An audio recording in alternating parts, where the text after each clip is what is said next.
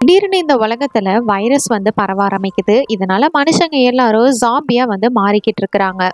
இது கொஞ்சம் இடத்துல தான் நடந்துட்டு இருந்திருக்கும். அதை எப்படியாவது வந்து இந்த சூழ்நிலையை கண்ட்ரோலுக்குள்ள கொண்டு வந்துடலாம் அப்படின்னு சொல்லிட்டு மிலிட்ரி எல்லாம் வந்து ட்ரை பண்றாங்க.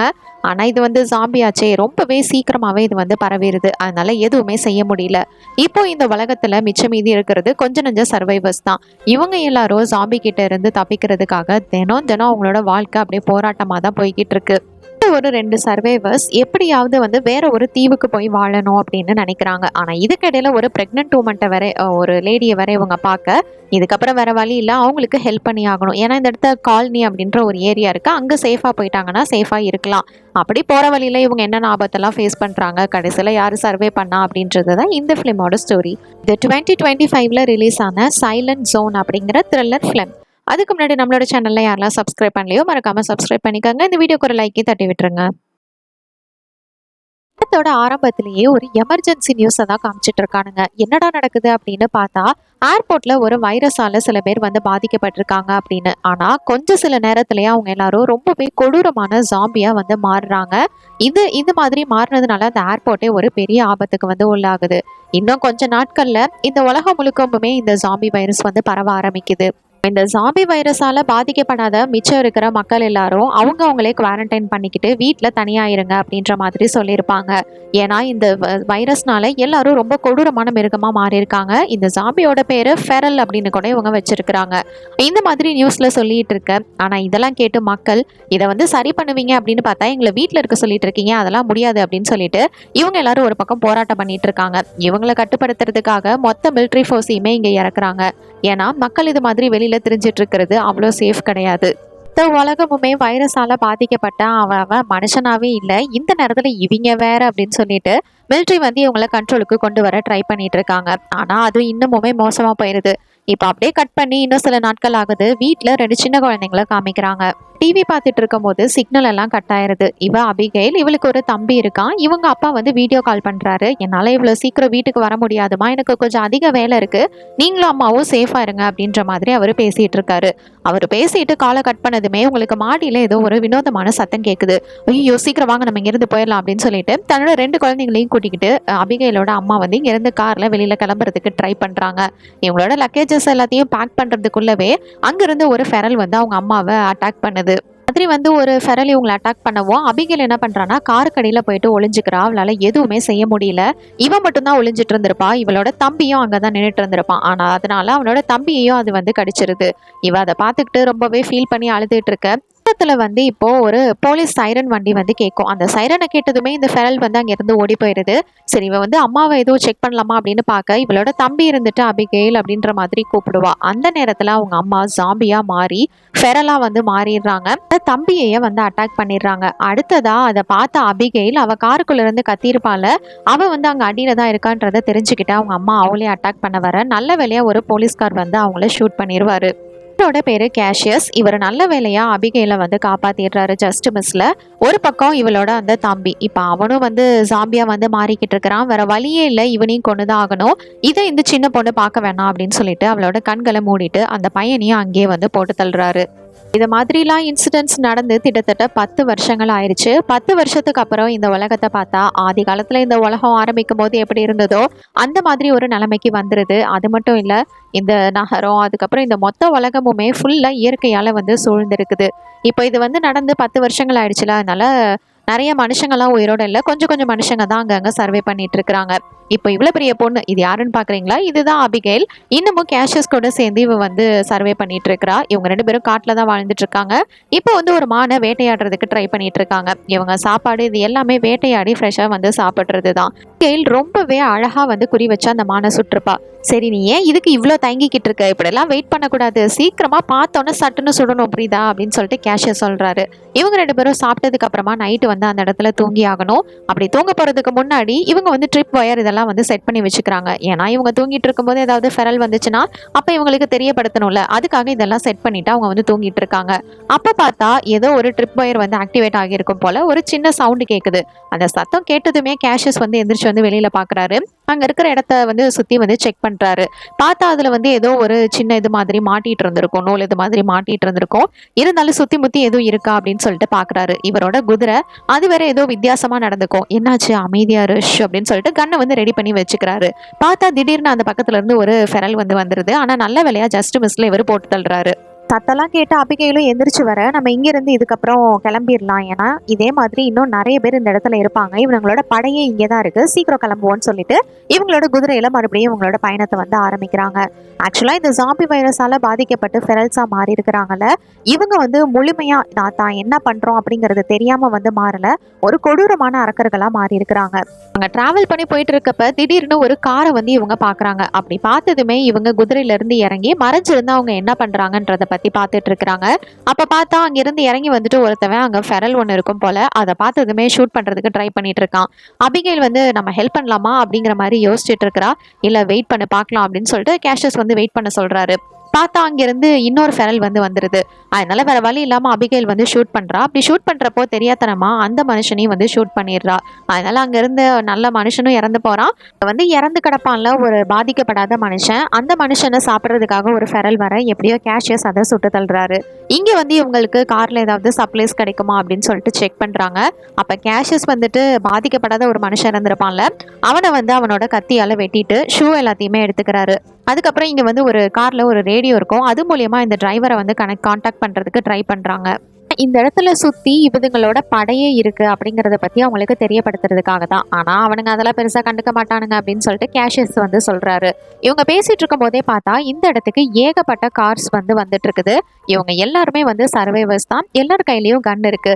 என்ன பண்றீங்க நீங்க அப்படின்னு சொல்லிட்டு இவங்களை வந்து ஒரு இடத்துல பிடிச்சி வச்சுட்டு அங்க இறந்து போனவங்களை போய் செக் பண்றாங்க. அப்பதான் இதுல ஒரு மனுஷன் பாதிக்கப்படல, இவங்க நிச்சயமா வந்து ஏதாவது திருடிட்டு போறதுக்காக தான் இப்படி பண்ணிருக்கணும் அப்படின்னு சொல்லிட்டு அவங்களுக்கு செம காண்டாகுது. இவங்களை வந்து பிடிச்சி வைக்கிறாங்க. உண்மையா என்ன நடந்ததுன்னு இவங்களுக்கு தானே தெரியும். அதனால ஜஸ்ட் மினிட்ல இவங்க 2 பேருமே அங்க இருந்த 2 பேர்த்த வந்து டேக்கிள் பண்ணி கீழே தள்ளுறாங்க. ஆனா அவங்க வந்து வெப்பன்ஸ் இதெல்லாம் வந்து எடுக்கல. இதை பாருங்க, தயவு செஞ்சு இங்க என்ன நடக்குது அப்படிங்கறத புரிஞ்சுக்கோங்க. நாங்க ஒன்னும் வெப்பன்ஸ் எல்லாம் திருடுறதுக்காக இதெல்லாம் பண்ணல அப்படின்னு சொல்லிட்டு அபிகைலும் அவங்கள புரிய வைக்க ட்ரை பண்றாங்க. அப்போ இந்த இடத்துக்கு வந்து மேகன் அப்படின்ற ஒரு பிரெக்னன்ட் லேடி அவங்க வந்து இங்க இருக்கிறவங்கள அமைதிப்படுத்துறாங்க. உங்களுக்குள்ள இந்த மாதிரி பேசிட்டு இருக்கும் போது பார்த்தா இவங்களோட குதிரை இந்த மாதிரி வந்து ரொம்ப சைலண்ட் ஆகுது. ஏதோ வினோதமான சத்தமும் இவங்களுக்கு கேக்குது. என்னடா அது அப்படின்னு சொல்லிட்டு பார்த்தா அவ்வளவுதான், இந்த இடத்துலதான் ஏற்கனவே ஃபெரலோட படையே இருக்குதே. அவங்க எல்லாரும் இவங்களை சுத்தி வந்து சூழ்ந்துடுறாங்க. இவங்க கிட்டயும் ஒரு லிமிட்டடான கன்ஸ் இதெல்லாமே தான் இருக்கும். எப்படியோ இவங்க கிட்ட இருக்கிற அந்த கன்ஸ் வெப்பன்ஸை வச்சு அங்க இருக்கிற வர எல்லா ஃபெரல்ஸையும் இவங்க வந்து ஒன்னொன்னா சமாளிக்க ஆரம்பிக்கிறாங்க. அதான் இவங்க வந்து ஓரளவுக்கு சமாளிச்சாலும் இந்த இடத்த சுத்தி ஏகப்பட்ட ஃபெரல்ஸ் வந்து வருது. அதனால ஒரு கட்டத்துக்கு மேல இவங்களால தாக்கு பிடிக்க முடியல. அதுவும் நம்ம கேஷியஸ் அதுக்கப்புறம் அபிகைல் அவங்க 2 பேரும் பக்காவான ட்ரைனிங் எடுத்திருப்பாங்க. இன்கேஸ் அவங்க கிட்ட கன் இல்லைனா கூட அவங்களால சண்டை போட முடியும். ஆனா இங்க வந்து மற்ற சர்வைவர்ஸ் அப்படி கிடையாது, கன்னை மட்டும்தான் வச்சு சமாளிப்பாங்க. அதனாலயே அங்க இருக்கிற ஒவ்வொருத்தரையும் அந்த ஃபெரல்ஸ் வந்து அடுத்தடுத்து தாக்க ஆரம்பிக்குது. இதுல வந்து ஒரு பொண்ணு கிட்ட பாம்லாம் வந்து ரெடி பண்ணி வச்சிருப்பா. அதை வந்து அவ ஒரு கார் மேல தூக்கி போடுறதுக்கு ட்ரை பண்றா. அப்போ ஒரு ஃபெரல் வந்து தடுத்துரும். நல்ல வேலையா கேஷியஸ் தான் அதை வந்து வெடிக்க வச்சிருப்பான். இப்ப இந்த சான்ஸை யூஸ் பண்ணி இந்த இடத்துல கொஞ்சமா வந்து ஒரு டைவர்ஷன் நடக்கும். அதை வச்சு இவங்க எஸ்கேப் ஆகுறதுக்கு பிளான் பண்றாங்க. டீம்ல வந்து ஒருத்தவனை வேற ஒரு ஃபெரல் வந்து கடிச்சு வச்சிரும். அதனால தன்னைத்தானே சுட்டு சாகலான்னு பார்த்தா அவன் கிட்ட புல்லட் வேற இருக்காது. ஒரு நிமிஷத்துல அவன் ஃபெரலா வேற மாறிடுறான். ஒரு பக்கம் இன்னும் இந்த இடத்தோட தலைவர் இதெல்லாம் வந்து மேனேஜ் பண்ணிட்டு இருக்கிறவரு, அவர் ஏதாவது சமாளிக்கலான்னு பார்த்தா அந்த இடத்துல பெரிய தடா சைஸ் ஒரு ஃபெரல் வந்துட்டு அவனை வந்து கடிச்சு அட்டாக் பண்ணுது. பிரெக்னன்ட் ஒய்ஃப் இருந்தாங்கல்ல மேகன், அவங்களோட ஹஸ்பண்ட் தான் டேவிட். இவரை வந்து ஒரு ஃபெரல் வந்து அட்டாக் பண்ண வர நல்ல வேலையா அவர் வந்து டேக்கிள் பண்ணி எப்படியோ சமாளிச்சிடுறாரு. இப்போ அபிகேலும் கேஷியஸும் இவங்க 2 பேரையும் கூட்டிட்டு இங்க இருந்து சீக்கிரமா போய் ஆகணும்னு கிளம்புறாங்க. ஏன்னா இந்த இடத்துல வேற எந்த சர்வைவர்ஸுமே வந்து உயிரோட இல்லை. இவங்க வந்து கார் எடுத்துட்டு போகும்போது பார்த்தா இவங்க காருக்கு மேல ஒரு ஃபெரல் இருக்குது. நீங்க எங்க போனாலும் விட மாட்டேன்டா அப்படிங்கிற மாதிரி பின்தொடர்ந்து வர இவன் என்ன பண்றான்னா டக்குன்னு சடன் பிரேக் போடுறான். இதனால அந்த ஃபெரல் வந்து கீழே விழுந்துருது. இந்த டைம்ல இவங்களுக்கு கிடைக்கிற கொஞ்சம் கொஞ்சம் சப்ளைஸையும் அபிகைல் வந்து எடுத்துக்கிறா. ஏன்னா மற்ற கார்ஸ்ல இருந்த சப்ளைஸ்லாம் இவங்களுக்கு தேவை. எடுத்துட்டு வேகமா இங்க இருந்து சமாளிச்சுட்டு கிளம்புறாங்க. இப்போ இங்க தடா சைஸ்ல ஒரு ஃபெரல் இருந்ததே, அது இருந்துட்டு தன்னோட கேர்ள் ஃப்ரெண்டை கொண்டதை பார்த்துட்டு உங்களை நான் சும்மா விட மாட்டேன்ற மாதிரி பயங்கரமா கத்துது. அதான் இந்த மாதிரி பீஸ்டா மாறினாலும் கேர்ள் ஃப்ரெண்டு மட்டும் அடையாளம் தெரியுது தெரியுது பாருங்களேன். இப்ப இவங்க எல்லாரும் வந்து அங்க இருந்து தப்பிச்சுட்டு எப்படியோ வேற இடத்துக்கு போகலாம் அப்படின்னு ட்ரை பண்றாங்க. அப்பதான் அபிகேல் ஒரு விஷயத்த நோட் பண்றா. இவங்க கிட்ட அவ்வளோ பாம்ஸ்லாம் இல்ல. அந்த இடத்துலயே நம்ம நிறைய வந்து இழந்துட்டோம் அப்படிங்கிற மாதிரி. இப்ப இவ இருந்துட்டு எப்படியாவது காலனிக்கு நம்ம போயாகணும். அது வந்து நதி பக்கத்துல இருக்குது அப்படின்ற மாதிரி சொல்றா. ஆனா அங்க போறதெல்லாம் சேஃப் கிடையாது அப்படின்ற மாதிரி இவன் சொல்றான். ஆனா எனக்கு வேற வழி கிடையாது. அங்கதான் நான் போயாகணும். நான் கிட்டத்தட்ட 9 மாசம் பிரெக்னென்ட். என்னோட குழந்தை எப்ப வெளியே வரும்னே தெரியாது. அங்க வந்து நிறைய சப்ளைஸ் டாக்டர்ஸ்லாம் இருக்காங்க அப்படின்ற மாதிரி சொல்லிட்டு இருக்கா. அங்க போனா உங்களால உயிரோட இருக்க முடியுமான்னு தெரியலையே அப்படின்ற மாதிரி இவங்க பேசிக்கிட்டே வந்துகிட்டு இருக்க. இந்த நேரம்னு பார்த்து கார் வேற திடீர்னு நின்று போயிருது. ஐயோ இது என்னடா பண்ணுச்சு அப்படின்னு சொல்லிட்டு பார்த்தா இன்ஜின் வந்து செத்து போச்சு. அதுவும் எவ்வளவு நாளைக்கு தான் வந்து தாக்கு பிடிக்கும். அவ்வளவுதான். இப்ப இதுக்கப்புறம் இங்க இருந்து இவங்க நடந்துதான் போயாகணும். அதனால இவங்க கிட்ட இருக்கிற வெப்பன்ஸை வச்சு சமாளிக்கலாம் அப்படின்னு சொல்லிட்டு எடுத்துட்டு காட்டுக்கு நடுவுல போக ஆரம்பிக்கிறாங்க. இங்க இருந்து இப்போ ஒரு கைவிடப்பட்ட நகரம். இந்த இடத்துல யாருமே கிடையாது. இந்த நகரத்துக்கு தான் இவங்க வந்து வந்திருக்கிறாங்க. இந்த இடத்துல ஒரு பில்டிங்குள்ள வந்ததுமே இங்க எதுவும் இருக்குதா, ஃபெரல்ஸ் எதுவும் இருக்காங்களா அப்படின்னு சொல்லிட்டு ஃபுல்லா வந்து ஃபர்ஸ்ட் செக் பண்ணிக்கிறாங்க. எதுவும் இல்லை அப்படின்னு சொன்னோன்னே இங்க வந்துக்கிறாங்க. இப்போ ஒரு பக்கம் இந்த மேகனும் இவனோட ஹஸ்பண்டும் இருந்துட்டு சாப்பாடை வந்து ஷேர் பண்றாங்க. ஆனா இவங்க 2 பேரும் வேட்டையாடினதை மட்டும் தான் சாப்பிடுவாங்களாம். ஏன்னா இன்கேஸ் இந்த சாப்பாட்டுல கூட வைரஸ் பரவலாம் இல்லையா, அதனால சாப்பிட மாட்டேன்றாங்க. மேகனும் டேவிடும் இருந்துட்டு அந்த காலனியில் நிறைய மக்கள் வந்து இருக்கிறாங்க. நாங்கள் ரேடியோவில் வந்து பேசியிருக்கோம். அங்கே எங்களுக்கு தேவையான எல்லா சப்ளைஸ் டாக்டர்ஸ் எல்லாம் கிடைக்கிறதுனால நிச்சயமாக நாங்கள் அங்கே போயாகணும். என்ன இங்கேருந்து போகிறதுக்கு எப்படியும் 1 வாரமாவது ஆகும். அது ரொம்பவே ஆபத்தான வழியும் கூட அப்படின்ற மாதிரி இவங்க சொல்லிட்டு இருக்காங்க. அங்கே தான் நாங்கள் போக போகிறோன்னு. அப்போ தான் அபிகேல் சொல்கிறா, நாங்கள் 2 பேரும் மேற்கு கடற்கரையில் ஒரு போட் இருக்குது. அங்கே போனதுக்கு அப்புறமா அங்கேருந்து ஒரு தீவில் போயிட்டு வாழ போகிறோம் அப்படின்ற மாதிரி சொல்கிறாங்க. அங்கதான் இந்த ஃபெரல்ஸோட பிரச்சனையெல்லாம் இருக்காது. மனிதர்களும் இருக்க மாட்டாங்க. இப்ப இங்க எப்பயும் போல தூங்குறதுக்கு முன்னாடி நம்ம கேஷஸ் இருந்துட்டு ஃபுல்லா ட்ரிப் வயர் வந்து செட் பண்ணி வைக்கிறான். அதுக்கப்புறமா மேப் மூலயமா நீங்க எந்த வழியா வந்து அந்த காலனிக்கு போகணும் அப்படிங்கறத பத்தி இவங்க 2 பேத்துக்குமே, மேகனுக்கும் டேவிடுக்கும் அவர் வந்து சொல்றாரு. அவங்க கூட போலாமே அப்படின்னு அபிகேல் சொல்லும்போது நிச்சயமா முடியாது. ஏன்னா இப்ப பாதிக்கப்பட்டிருக்கானுங்கல்ல, அவனுங்க எல்லாம் சாதாரண மனவனுங்க கிடையாது. ஃபுல்லா ஜாம்பியா மாதிரி தான் என்ன பண்றோம்னு தெரியாம பண்றவனுங்க கிடையாது. நிச்சயமா நம்மள பழி வாங்குறதுக்காக திருப்பி வருவானுங்க அப்படின்னு சொல்ல அபிகேல் தனியா கூட்டிட்டு போயிட்டு மேபி அங்க இருக்கிற மனுஷங்க நல்லவங்களா இருக்கலாம்ல அப்படின்னு சொல்ல நிச்சயமா அதுக்கு வாய்ப்பே இல்லை. நம்ம அந்த காலனிக்கு போக போறது இல்லை அப்படின்ற மாதிரி ரொம்பவே ஸ்ட்ரிக்டா சொல்லிடுறாரு. இந்த மிருகங்கள்லாம் சுத்திக்கிட்டு இருக்குதுங்களே ஃபெரல்ஸ், அதுங்களை கூட நம்பிடலாம். இந்த மனுஷ பயவிலைகளை தான் நம்ப முடியாது. இந்த பக்கம் பார்த்தா இந்த ஃபெரல்ஸ் எல்லாரும் அந்த காரை வந்து கரெக்டாக கண்டுபிடிச்சிருதுங்க. கண்டுபிடிச்சி இவனுங்க நகரத்துக்குள்ள தான் போயிருக்கணும் அப்படின்னு ஃபாலோ பண்ணி கரெக்டாக வந்துகிட்டு இருக்குதுங்க. இப்போ இவனுக்கு வந்து தூக்கம் இருந்திருக்காது கேஷியஸ். அதனால நின்றுட்டு இருக்கும்போது டேவிடும் அங்கே வந்து சும்மா வந்து ஷேர் பண்ணி பேசிக்கிறான். அப்பதான் கேஷியஸ் சொல்றான், எப்பயுமே என்கிட்ட ஒரு புல்லட் பேக்கெட்ல இருக்கும்.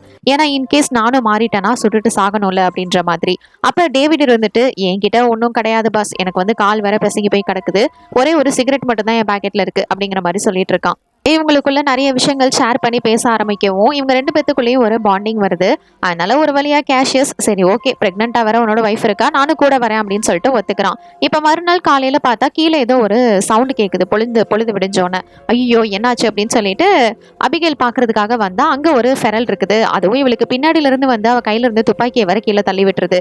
நம்ம ஆளுக்கு தான் ஆனா செமையா சண்டை போட தெரியுமே, அதனால அவ கையில இருந்த கத்தியை வச்சு அதை வந்து தாக்குறா. அவ ஒண்ணுதான் இருக்கும் அப்படின்னு பார்த்தா அங்க இன்னும் 2 ஃபெரல்ஸ் வந்து வர ஆரம்பிக்குது.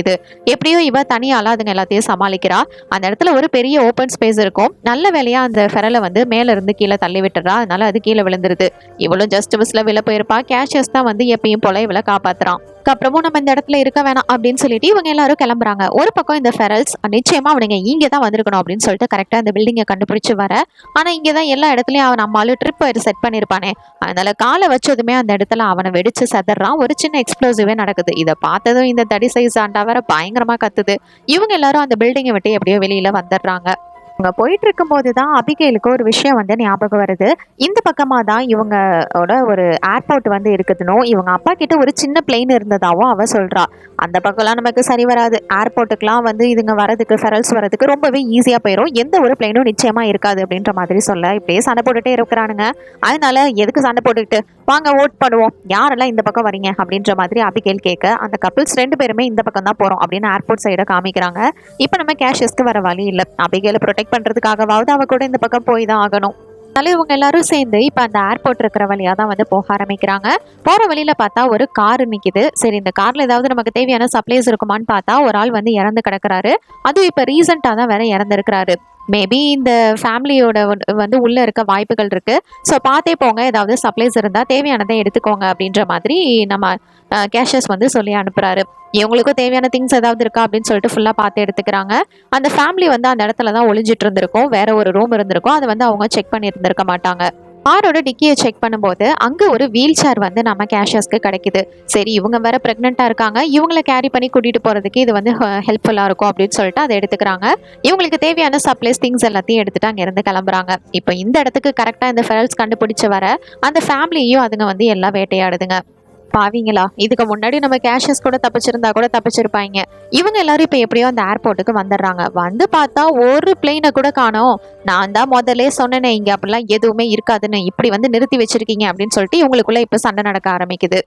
தான் அபிகேல் ஒரு விஷயத்த நோட் பண்றா. எல்லாரும் கொஞ்சம் அமைதியா இருங்க, நிச்சயமா இது என்னோட அப்பா பிளேஸ் தான் அப்படின்னு சொல்லிட்டு அங்க போய் டோர் ஓபன் பண்றா. பார்த்தா அங்க ஒரு சின்ன ஏரோப்ளைன் வந்து இருக்குது. எப்படியோ என்னோட அப்பாவோட இடத்த கண்டுபிடிச்சிட்டேன் பாத்தீங்களா அப்படின்னு சொல்லிட்டு இப்போ ஒரு பக்கம் டேவிட் வந்து கொஞ்சம் மெக்கானிக் வேலையெல்லாம் தெரியும், அதனால அந்த பிளைனை சரி பண்ண பார்த்துட்டு இருக்கான். இவங்க ரெண்டு பேரும் இங்க யாராவது இருக்காங்களா அப்படின்னு சொல்லிட்டு செக் பண்ணிக்கிறாங்க. அப்படி செக் பண்ணும்போது நம்ம அபிகேலுக்கு ஒரு போட்டோ வந்து கிடைக்குது. இது அவளோட அப்பாவோடது தான். அது தரையில இருந்திருக்கும், அதனால அதை எடுத்து செவுத்துல வந்து மாட்டி வைக்கிறா. இப்போ இந்த நேரம்னு பார்த்து இந்த இடத்துக்குள்ள ஃபெரல்ஸ் வேற வர ஆரம்பிக்குது. அதுவும் 1 2 இல்ல, மொத்த கூட்டமும் வேற வழி இல்லாம இந்த பிளைனை முழுசா சரி பண்ணாம கூட இவங்க இங்க இருந்து கிளம்ப போறாங்க. டைம் இல்ல, அதனாலதான் ஒரு பக்கம் கேஷஸ் அங்க வர அவங்கள ஷூட் பண்ண ஆரம்பிக்கிறான். இருந்தாலும் முடியல. அந்த சின்ன கேப்ல டேவிட் வந்து எப்படியோ அந்த பிளேனோட ப்ரொப்பலரை வந்து ஓட வைக்கிறான். அதனால வந்து அங்க இருக்கிற ஜாம்பிஸை கொஞ்சமா சமாளிக்க முடியுது. எப்படியோ இவங்க இங்க இருந்து சீக்கிரம் கிளம்பிடலாம் அப்படின்னு சொல்லிட்டு எல்லாரும் ஏறிடுறாங்க. இந்த பிளெயினை ஓட்ட போறது யாருன்னு பாருங்க, நம்ம அபிகேல் தான். அவளுக்கு வேற கரெக்டான பட்டன் இதெல்லாம் வேற கொஞ்சம் தெரியல, அதனால இந்த பிளெயின் வந்து ஸ்லோவா போய்கிட்டு இருக்க. ஃபெரல்ஸ் வேற இதை சுத்தி வந்துட்டு இருக்குதுங்க. இப்படியே போனா அவங்க அவ்வளவுதான். ஆனா நல்ல வேலையா அபிகேல் கரெக்டான பட்டனை கண்டுபிடிச்சு அதை அழுத்திடுறா. இதனால பிளெயின் வந்து ஸ்பீடா போக ஆரம்பிக்குது. ஆனா அந்த பிளெயின்ல ஒரு ஃபெரல் வந்து ஏற அவ்வளவுதான். நம்ம கேஷஸ் வந்து சும்மாவா விடுவான், அவன் தான் செம ஃபைட்டர் ஆச்சு. அதனால அந்த ஃபெரலை வந்து அங்கேயே போட்டு தள்ளுறான். எப்படியோ இவங்க வந்து கொஞ்சம் மேனேஜ் பண்ணி பறக்க ஆரம்பிக்கிறாங்க. சரி, ஓரளவுக்கு நல்லா போய்கிட்டு இருக்கு அப்படின்னு பார்த்தா திடீர்னு அந்த பிளெயின் வந்து டவுன் ஆக ஆரம்பிக்குது. ஏன்னா இதை வந்து முழுசா அவங்க ரிப்பேரும் பண்ணிருக்க மாட்டாங்க, ஃபியூவலும் இருக்குமான்னு தெரியாது. அதனால அது திடீர்னு வந்து இப்போ தரையிறங்க ஆரம்பிக்குது. இவளால கண்ட்ரோல் பண்ண முடியல. ஐயோ, ஏதாவது ஒன்று பண்ணு, இல்லைன்னா நம்ம அவ்வளோதான், சேஃபா லேண்ட் பண்ணு அப்படின்னு சொல்லிட்டு எல்லாரும் கத்திக்கிட்டு இருக்க. இவளும் முடிஞ்ச வரைக்கும் ட்ரை பண்றா. ஆனா அங்க இருக்கிற மரத்து மேல மோதி அது எப்படியோ வந்து இறங்கிருது. ஆனா நல்ல வேலையா வீல் இருந்ததுனால எதுவும் பெருசா வந்து எக்ஸ்ப்ளோசிவ் நடக்கல. சேஃபா லேண்ட் ஆகுறாங்க. சின்ன சின்ன காயங்கள் மட்டும்தான் பட்டிருக்கு. இந்த இறங்கி இப்ப வந்து இவங்க பக்கத்துல நடந்து போக ஆரம்பிக்கிறாங்க. இது ஒரு ரயில்வே ஸ்டேஷன். எல்லாமே சேதமடைஞ்சு போய் தான் கிடக்குது. அப்புறம் என்ன, எல்லாம் உலகமே அழிஞ்சிருச்சு, இது மட்டும் எப்படி இருக்கும். இவங்க இங்க வந்ததுக்கு அப்புறமா இன்னும் அந்த காலனிக்கு நம்ம போய் சேர்றதுக்கு 2 நாள் கிட்ட ஆகும் அப்படிங்கிற மாதிரி கேஷஸ் வந்து மேப்பை பார்த்து சொல்றாரு. இதை சொல்லிட்டு இருக்க இன்னொரு பக்கம் அபிகேல், நம்ம கிட்ட அவ்வளோ பாம்ஸ்லாம் வேற இல்லை, இதுக்கு மேலே அதுங்களை சமாளிக்க முடியுமான்னு நம்மளால தெரியல அப்படிங்கிற மாதிரி அதை பற்றி சொல்லிக்கிட்டு இருக்கிறா. இதுக்கப்புறமா இவங்க கிட்ட இருக்கிற ஃபுட்டை வந்து ஷேர் பண்ணி சாப்பிட்றாங்க. வந்து மேகனை கொஞ்சம் நல்லா பார்த்துக்கிறான். அப்போதான் அவனோட ஃபேமிலி விஷயத்தை ஷேர் பண்ணுறான். ஆக்சுவலாக இவளை பார்க்கும்போது இவனோட ஒய்ஃப் தான் அவனுக்கு ஞாபகம் வருது. ஏன்னா இவனோட ஒய்ஃபும் ப்ரெக்னெண்ட்டாக தான் இருந்திருப்பா. ஆனால் அவள் வந்து இந்த மாதிரி இந்த ஃபெரலால் வந்து பாதிக்கப்பட்டுட்டா. அதனால தன்னைத்தானே அழிச்சிக்கலாம் அப்படின்னு அவள் முயற்சி பண்ணும்போது அவளால் அதை முடியல. அதனால இவன் தான் வேற வழியே இல்லாமல் பாதிக்கப்பட்ட தன்னோட குடும்பத்தை கொண்டுட்டு வந்திருப்பான். அது மட்டும் இல்லை, இவன் வரும்போது ஒரு சின்ன பையன் வந்து பாதிக்கப்பட்டிருப்பான். ஆனால் அவன் முழுசாக வந்து ஜாம்பியாக மாறலை. அவனுக்கு வந்து கொஞ்சம் டைம் எடுத்தது அப்படிங்கிற மாதிரி அதை பற்றியும் வந்து ஷேர் பண்ணி சொல்லிட்டு இருக்கான். இதே சமயத்தில் இந்த மேகனோட ஹஸ்பண்டான டேவிட், அவன் வந்து யாரும் இல்லாத தனியாத ஒரு இடத்துல வந்து உட்காந்து ஒரு விஷயத்த செக் பண்ணுறான். என்னடான்னு பார்த்தா கால் பிசங்கி இருக்கும் அப்படின்னு சொல்லியிருந்திருப்பாங்க. அது எல்லாமே பொய்ன்றது இப்போதான் தெரிய வருது. ஆக்சுவலாக இவனோட காலில் அந்த ஃபெரல் வந்து கடிச்சு வச்சிருந்திருக்கும். அதனால இவன் இன்னும் கொஞ்சம் நாள்ல அதே மாதிரி ஃபெரலாக வந்து மாறிடுவான். இதை பற்றி அவங்க கிட்ட சொல்றதுக்கு தைரியமும் இல்லை. தன்னைத்தானே கொண்டுட்டு சாகிறதுக்கும் அவனுக்கு வந்து தைரியம் வரல. அடுத்த நாள் காலையில் ஆனதும் இவங்க எல்லாரும் காட்டு வழியாக திருப்பி நடந்து போக ஆரம்பிக்கிறாங்க. நைட் ரெஸ்ட் எடுத்துட்டு அங்கே இருக்கிற சூரிய வெளிச்சத்தை இவனால் வந்து தாக்கு பிடிக்க முடியல. அவனுக்கு உடம்பு ரொம்ப முடியாமல் போகுது. டேவிடுக்கு அவனோட காலில் இருந்து வர ரத்தம் வழிஞ்சிட்டு இருக்குது. இதை பார்த்து நம்ம கேஷஸ்க்கு ஒரு டவுட் வருது. அதனால இவங்க 2 பேரும் கொஞ்சம் முன்னாடி போனோன்னே இவனை வந்து ஒரு மரத்துக்கிட்ட பிளாக் பண்ணி, டேய் உண்மையை சொல்ல, உன்னோட காலில் என்னடா இருக்கு அப்படின்னு சொல்லிட்டு செக் பண்ணி பார்த்தா அவனோட காலில் வந்து பாதிக்கப்பட்டிருக்கிறது இவனுக்கு தெரிய வருது. இதை பாரு, நீயே ஒழுங்கு மரியாதையா அவங்க கிட்ட வந்து சொல்ற, அப்படி இல்லை உன்னை வந்து போட்டு தள்ளிடுவேன் அப்படிங்கிற மாதிரி இவர் வந்து சொல்லிட்டு இருக்காரு. கண்டிப்பா நானே வந்து சொல்றேன் அப்படின்னா அவனும் ஒத்துக்கிறான். இப்ப இவங்க காட்டுக்குள்ளே டிராவல் பண்ணிட்டு இருக்கையில அந்த இடத்துல ஒரு வீடு வந்து பாக்குறாங்க. லைட் எல்லாம் கூட எரியுது. என்னடா இது லைட்லாம் எரியுதே அப்படின்னு சொல்லிட்டு இவங்களும் கொஞ்சம் ஒளிஞ்சு ஒளிஞ்சு இருந்து போறதுக்கு ட்ரை பண்றாங்க. ஆனா அபிகேல் இருந்துட்டு பெரிய தைரியசாலில நம்ம கேஷியஸ்ல வளர்த்தது. அதனால முன்னாடி போய் நின்னுட்டு இத பாருங்க எங்களுக்கு வந்து ஹெல்ப் வேணும். நாங்க ஒன்றும் வைரஸால எல்லாம் பாதிக்கப்படல. நாங்க நல்லா தான் இருக்கோம். எங்க கிட்ட ஒரு மாசமான லேடி வேற இருக்கிறாங்க. ஹெல்ப் பண்ணுங்க அப்படின்ற மாதிரி இவ தைரியமா முன்னாடி போய் நின்னு கேட்க, இப்ப அந்த வீட்டோட கதவை திறந்துகிட்டு ஒரு வயசானவர் வெளியில வராரு. இவரோட பேரு நார்டன். வெளியே வந்ததுமே இவங்க கிட்ட இருக்கிற வெப்பன்ஸ் எல்லாத்தையுமே முதல்ல வந்து சரண்டர் பண்ண சொல்லிடுறாரு.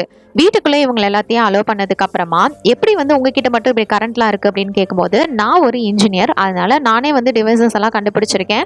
இதனால என்கிட்ட கரண்ட், சுடு தண்ணின்னு எல்லா வசதிகளுமே இருக்கு அப்படிங்கிற மாதிரி இவர் சொல்றாரு. தேவையான வசதிகள்லாம் இங்க இருக்குது. அதனால என்ன வேணுமோ நீங்க யூஸ் பண்ணிக்கங்க அப்படின்னு சொல்லிட்டு இவங்க கிட்ட ரொம்பவே அன்பா வந்து நடந்துக்கிறாரு. ஒய்ஃபும் இவங்க கூட தான் இருக்கிறாங்க. ஆனா அவங்கள ஒய்ஃபை பத்தி இவ மேகன் கேட்கும்போது அவர் அதை பெருசா கண்டுக்காம அவாய்ட் பண்ணிடுறாரு. இவர்கிட்ட இருக்கிற வெஜிடபிள்ஸ், பிரெட் இதெல்லாம் சாப்பிட வச்சிருக்கிறது எல்லாத்தையும் உங்களுக்கு கொடுக்குறாரு. இப்பதான் பல வருஷங்களுக்கு அப்புறமா அபிகேல இருந்துட்டு ஷவர்ல குளிக்கிறா. ரொம்பவே சந்தோஷமா இருக்குது. ஒரு பக்கம் கேஷியஸ் அவனோட லேப்டாப்ல சார்ஜ் போட்டு அவனோட ஃபேமிலி போட்டோஸ் எல்லாத்தையுமே வந்து பார்த்துட்டு இருக்கிறான். அவனோட பிரெக்னென்டான ஒய்ஃப் இவங்களெல்லாம் பார்த்து அவன் கொஞ்சம் எமோஷனலா வந்து ஃபீல் பண்ணிட்டு இருக்கிறான். பார்த்தோன்னு தான் மேகனை போயிட்டு பார்க்கணும் அப்படின்னு சொல்லிட்டு ஞாபகம் வருது. வந்து பார்த்தா இங்க வந்ததுல இருந்து என்னோட குழந்தைகிட்ட எந்த ஒரு ஆசையும் இல்லை. ஏதோ ஒன்று தப்பா இருக்கு. இதை பாரு, நீ வந்து எனக்கு ஒரு ப்ராமிஸ் பண்ணணும் கேஷஸ். இன்கேஸ் எனக்கு ஏதாவது ஆனா கூட என்னோட குழந்தைய நீ வந்து பத்திரமா பார்த்துக்கணும், சரியா அப்படின்ற மாதிரி இவ வந்து இவன் கிட்ட ஒரு டீல் போட்டுக்கிறா.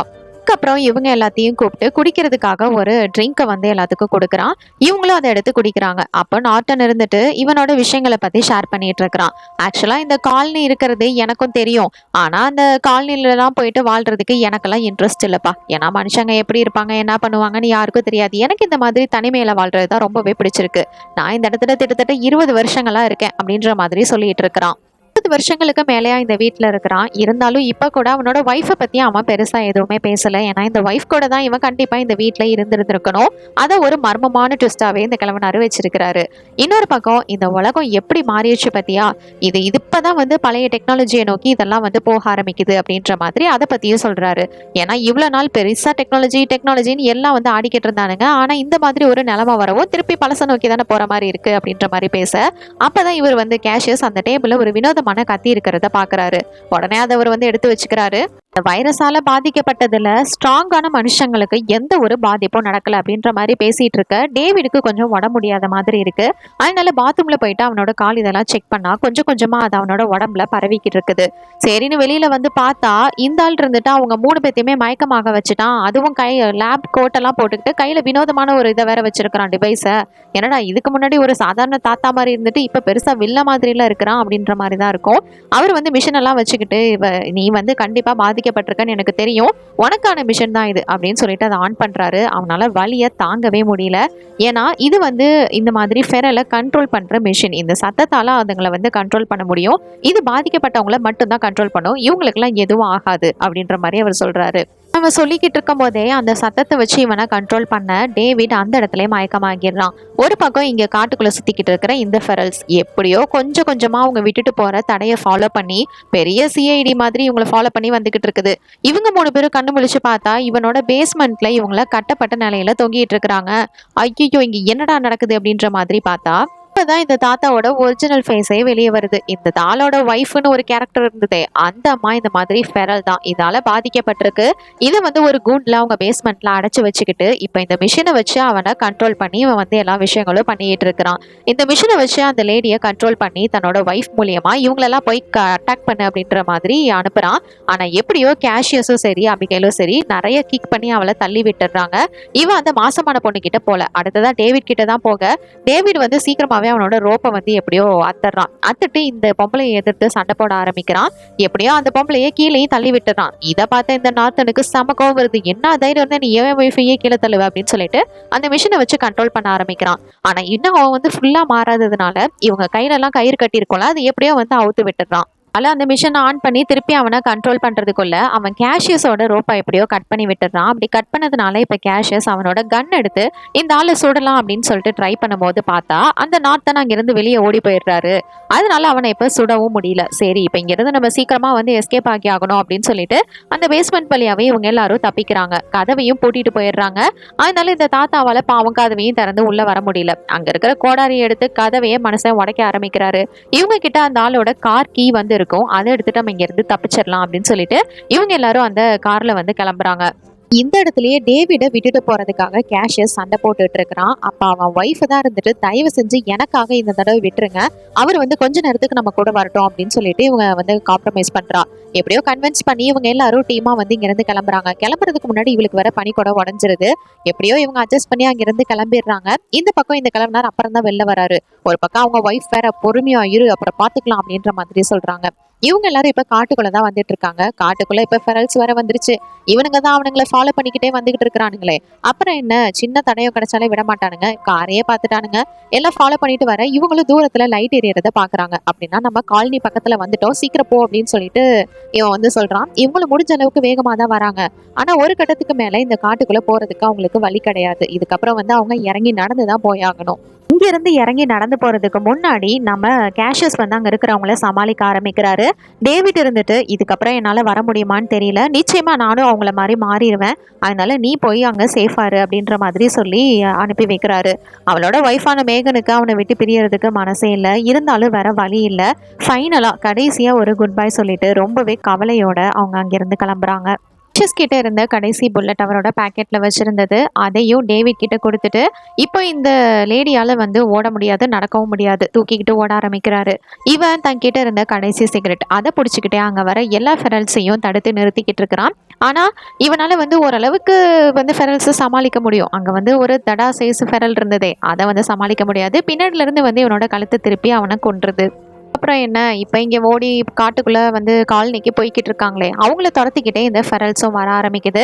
எப்படியோ அபிகேல் தான் வந்து அங்கே வந்துட்டு இருக்கிற ஃபெரல்ஸை வந்து கொஞ்சம் சமாளிக்கிறா. இருந்தாலும் அவளும் ஒரே பொண்ணு, ஏன்னா கேஷியஸும் இருந்துட்டு இப்போ மேகனை தூக்கிட்டு போய்கிட்டு இருக்கிறான். எப்படியோ இங்கிருந்தே தூரத்துல இருந்து அவள் கத்த ஆரம்பிக்கிறா, ஹெல்ப் பண்ணுங்க அப்படின்னு சொல்லிட்டு. அது அங்கே மேலே பாதுகாவலர்களுக்கு இருப்பாங்கல்ல, அவங்க வந்து பார்த்துடுறாங்க. பார்த்துட்டு பின்னாடி வர ஃபெரல்ஸ் எல்லாத்தையுமே வந்து அவங்க ஓரளவுக்கு சுட்டு தள்ளுறாங்க. இதுக்கு மேலே இந்த தடா சைஸ் ஃபெரல் வந்துட்டு போகலை. ஏன்னா போனோம் அப்படின்னா நிச்சயமா இவனுங்க போட்டு தள்ளிடுவானுங்க அப்படின்றது தெரியும். அதனால பின்னாடில இருந்தே பார்த்துட்டு இவங்க எல்லாரும் மறுபடியும் காட்டுக்குள்ளே வந்து போயிடுறாங்க. பதுங்கிறது எதுக்கு, பாயறதுக்கு தான். எப்படியோ அதுங்க எல்லாம் போனதுக்கு அப்புறமா இவங்க வந்து படகு மூலியமா இவங்களை வந்து கூட்டிட்டு போறதுக்காக வராங்க. இந்த இடத்துல ஒரு லேடி, அவங்க தான் இவங்களை வந்து பாத்துக்கிறாங்க. மேகனை ஒன்றும் பிரச்சனை இல்லை, நீ அமைதியாரு அப்படின்னு சொல்லிட்டு அவங்கள பாத்துக்கிறாங்க. இப்போ அடுத்த நாள் பொழுது விடியுது. இந்த இடத்தோட லீடரை வந்து கேஷஸ் வந்து மீட் பண்றாரு.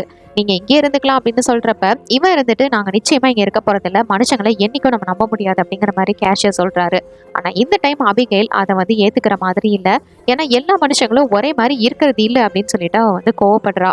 ஒரு பக்கம் நம்ம லேடி அந்த மேகனுக்கு வந்து குழந்தை பிறந்திருக்கும். அதை காமிக்கிறதுக்காக அந்த இன்னொருத்தவங்க பார்த்துக்கிட்டாங்கல்ல வந்து பேசுறாங்க.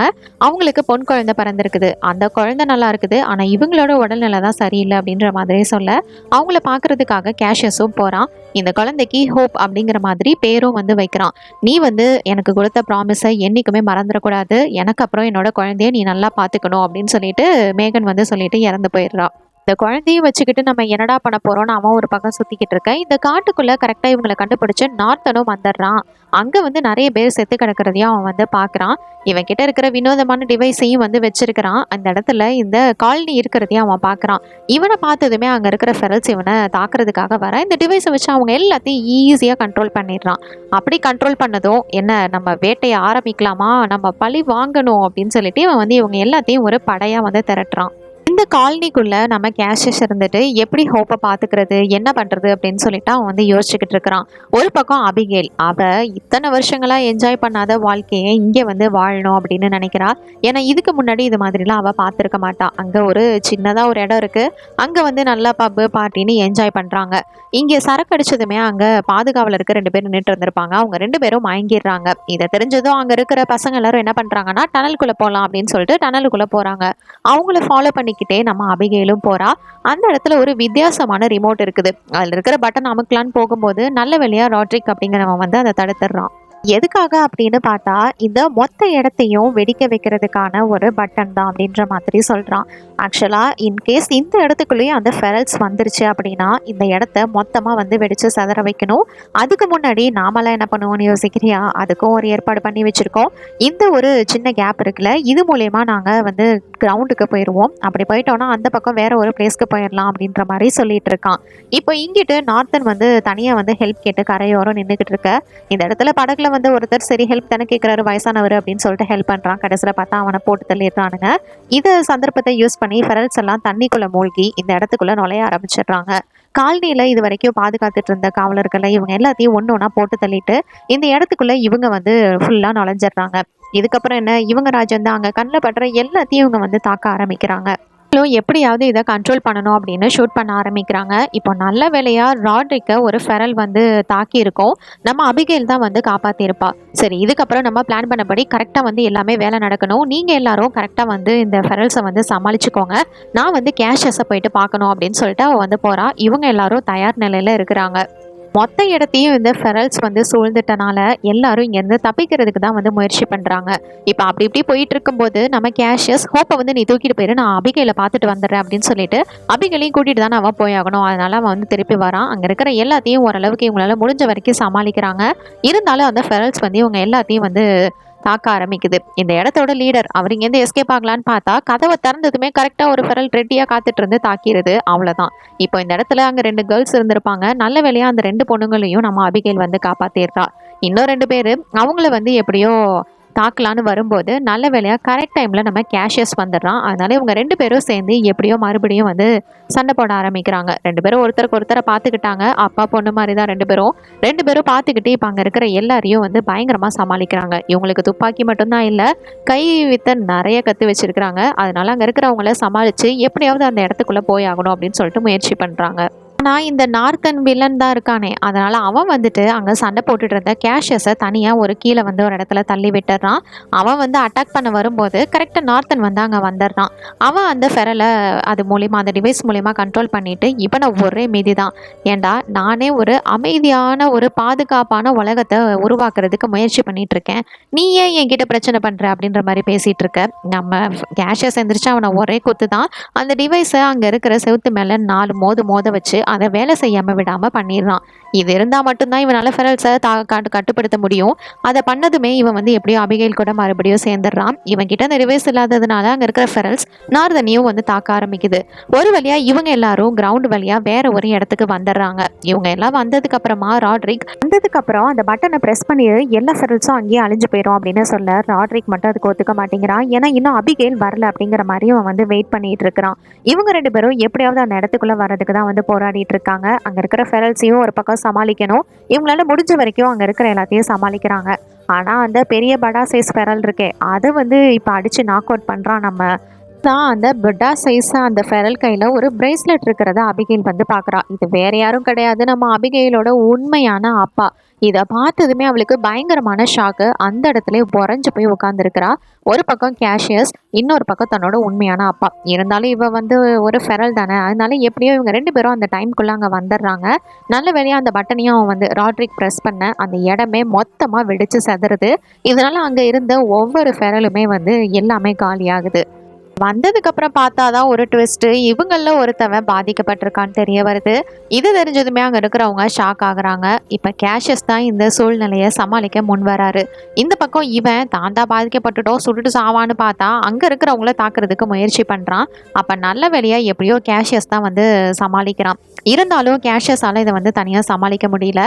அந்த இடத்துக்கு இன்னொரு ஃபெரல் வந்து இவங்கள பயங்கரமாக தாக்க ஆரம்பிக்குது. நம்ம கேஷியஸ்க்கும் அந்த ஃபெரலுக்கும் பயங்கரமான ஃபைட்டு போய்கிட்டு இருக்கு. எப்பயுமே இதை இவர் தனியாக சமாளிக்க மாட்டாரா, அபிகைலும் வருவா. அவள் வருவா ஏதாவது பண்ணுவான்னு பார்த்தா அவள் வேடிக்கை பார்த்துட்டு இருக்கா. இந்த டைமில் திட்டத்தட்ட அந்த ஃபெரல் நம்ம கேஷியஸை கடிக்க போயிருந்திருக்கோம். ஜஸ்ட் மிஸ்ல டைம் பார்த்து எப்படியோ ஷூட் பண்ணிடுறா. இப்போ நல்ல வேளையா இவங்க எல்லாரும் எந்த பாதிப்பும் இல்லாம இந்த இடத்துல இருக்கிறாங்க. இங்கிருந்து பார்த்தா அந்த மொத்த காலனியுமே வந்து காலி. இதுக்கப்புறம் இவங்களுக்கு சாப்பிடுறதுக்கு எல்லாம் என்ன பண்ண போறாங்களோ அப்படின்னு சொல்லிட்டு ஒரு பக்கம் புலம்பிட்டு இருக்க. அப்பதான் கேஷியஸ் வந்து ஒரு விஷயத்த சொல்றான். அந்த நார்த்தன் பையன் சில விஷயங்களை உருவாக்குறதுக்காக சில எக்ஸ்பெரிமெண்ட்ஸுக்காக ஒரு நோட் புக்கை வந்து வச்சிருக்கான். இது மூலியமா நம்ம பொது ஜென்ரேட்டர், எலக்ட்ரிசிட்டி அப்படி இப்படின்னு எல்லா விஷயங்களையும் தயாரிக்கலாம். கவலைப்படாதீங்கன்னு சொல்றான். ஐயோ, இந்த ஐலாண்டுக்கு எல்லாரும் வந்ததுக்கு அப்புறமா கொஞ்சம் சர்வைவர்ஸாவது இருக்காங்களே. இதோட இந்த படத்தோட கதை முடியுது. இந்த படத்தை பத்தி நீங்க என்ன நினைக்கிறீங்க? என்னோட கமெண்ட் செக்ஷன்ல ஷேர் பண்ணிக்கோங்க. இது மாதிரி வேற ஏதாவது படத்தை பத்தியோ சீரிஸ் பத்தியோ நான் பேசணும்னு நினைச்சாலும் மறக்காம கமெண்ட் செக்ஷன் லீவ் பண்ணுங்க. until then tata bye from உங்கள் தமிழ் பொண்ணு.